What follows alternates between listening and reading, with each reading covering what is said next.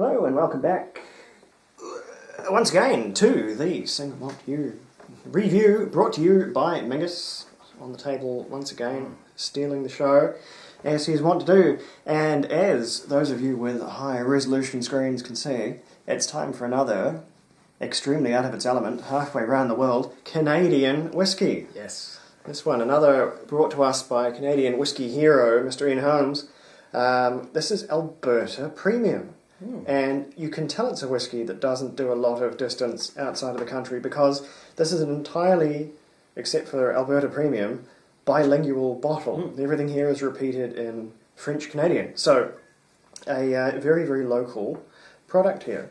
And it is made by, funnily enough, Alberta Distillers in Calgary, Canada. So there you go. And what it is, what is it? It is pure rye. And is also a pure potency. This is a strong cask strength whiskey. Yeah, this is 65.1% alcohol by volume, which is a lunatic strength to be drunk by lunatic people, ergo us. But this is, to put this in context, this is so strong, this is above the traditional fill level for any Scotch whiskey. That's 63.3. Repeating, of course. This is really strong. This is stupid. It's strength. over 130 proof. We will see how this. We'll see when we break and put water or whatever we're going to put with this. But it's going to be a hell of a trip either way. Yeah. So another now insight into Canadian whiskey, which does not often leave. Thank you. Does not often leave the shores of Canada, I'm told. Rye whiskey is a very important and quite proud part of North American distilling traditions. Canadian in particular. Oh dear. And it's enjoying something of a resurgence too. I follow the Uncorked Whiskey Sessions podcast, and yes, Sam and Dave, who host that show, are quite partial to a rye and continue to give it exposure and to sing its praises, and rightfully so, I think. Actually, in the next breath after calling this an absurd strength, that's a pretty gentle nose. You can get right in on that and nothing bad happens. Yeah, that is deceptively mild. This is getting into the no naked flames category of proof, but it won't actually really roughhouse the nostrils. It's got a cool hint of ice or menthol there, like you're smelling something a little bit sharp, a little bit dangerous. Actually, it's exponential. The closer the nostrils get, the more the warning signs start to flag. But and probably as it heats up and gives us vapours. Yeah, this is entirely noseable at cask strength, so we will persist. It's unmistakably grain whiskey. It is so spicy and medicinal. We've had bourbons around the strength before and found them remarkably drinkable at that higher proof. So so typically rye. Okay, maybe that was actually, maybe I've seared some of my olfactory doing that, but never mind, had to be done. Cooling. There's eucalyptus in here. There is tremendous amounts of clove, of cinnamon, and that kind of cooling, medicinal, medical, almost iodine-y kind of a flavour that you get from grain whiskey. And not the seaside iodine, the actual medical iodine.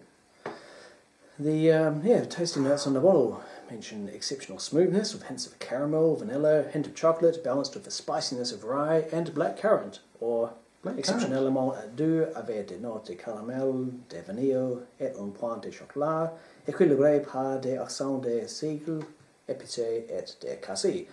Apologies for my French pronunciation. I was a German major, not a French major. Well, it's probably different yet again once you're speaking French-Canadian, so really nobody's ever going to be happy. And I think stories about French-Canadian, that scans, so never mind. But the black currant is an interesting note, and I'm kind of getting that.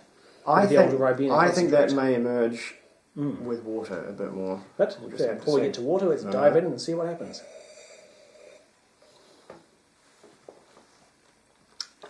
Oh. Alright, you get away with it for about 5 seconds, and then you don't anymore. Then you mega don't. Okay. Wow. So, I'm going to say this is not broadly drinkable at full strength, which is the sensible option given that it's getting into chemical damage to tissue levels of strong here. But you can take away a few flavours before the fire really sets in. Hold on. There is a wonderful, it's a huge, grainy, sweet rye flavour at first. There's some spice and some berries on the edge of that, and then just as it evaporates on the tongue, you get hit by a fug, a firestorm of alcohol heat. Yeah. Spicy in a way that is unlike, I think, anything we've really tried here. We've tried bourbons that have been very spicy, but they've always had that sort of mellow corn quality to them, that sort of, popcorn, buttery, savoury note. This is almost entirely on the spice spectrum. It's crazy. It is reminding me of the Rittenhouse rye, only taken to extremes on all fronts because of it bonkers bottling. I think the Rittenhouse is way closer to bourbon than this is. This is a pure rye experience. Yeah. It's like you see those, for more or less use, depending on how much you believe in them, those tasting wheels you get in some whiskey tastings, booklets, whatever, and they will have all of these flavours segmented, and you can say this one has this and this and this and this, and these spectrums represented. The sort of spice spectrum is, it's over here, and this whiskey is focused, laser focused on those spices. It's really quite compelling, but it is, alas, it is going to need water. It is going to need water. On a day as warm as this, the best way to impart water would be through a tumbler and an ice cube. And I see we have one. We have the technology.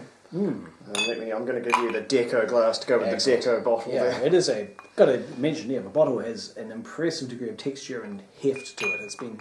I don't actually think I like the bottle. I think there's a loudness to the... I appreciate its austere geometry, just so angular and pointy, and...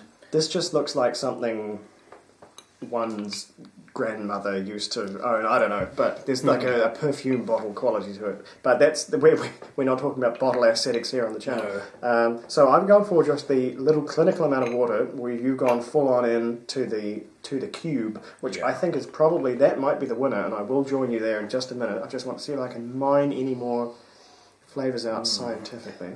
As the whiskey itself is quite warm, being at room temperature on this quite sunny late summer's day. That brings out way more of the caramel. It's a much more sweet whiskey. Yeah, that has turned into a treacly toffee.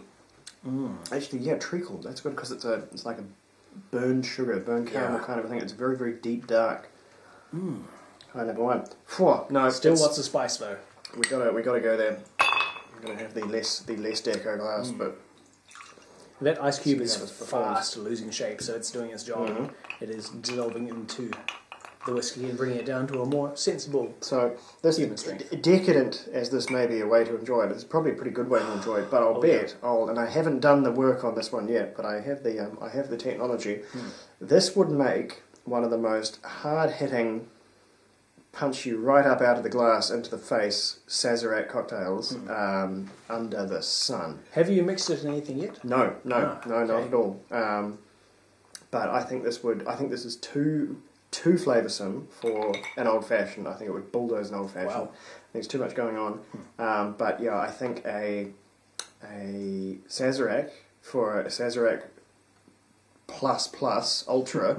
Because actual, if one assumes then that the Sazerac rye is the go for that one, much lighter bodied animal than this. This is rye on several types of illegal steroids in a way that whiskey is absolutely not. I think this might make a really compelling Manhattan, but you might have to tweak the formula a wee bit, or this would just explode the vermouth. And you might have to bring the vermouth up or something. Some tweaks would need to happen, but I think this might make a pretty delicious Manhattan.